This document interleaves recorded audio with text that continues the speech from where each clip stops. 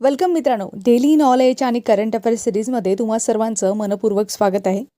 आजचा आपला टॉपिक आहे जागतिक वसुंधरा दिवस. आता तुम्हा आम्हा सर्वांना माहिती आहे की जागतिक वसुंधरा दिवस 22 एप्रिलला साजरा करतात.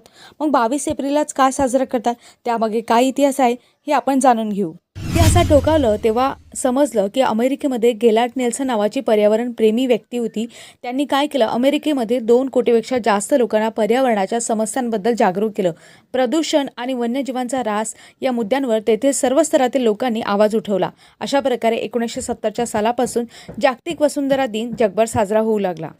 तसं बघितलं तर ज्या पृथ्वीवर आपण राहतो, जी आपल्याला सर्व गोष्टी पुरवते, तिचं संरक्षण करण्याची जबाबदारी आपल्या प्रत्येकाचीच. आणि 2024ची वसुंधरा दिवसाची थीम आहे प्लॅनेट विरुद्ध प्लास्टिक. ही थीम तुम्हाला विचारू शकतात.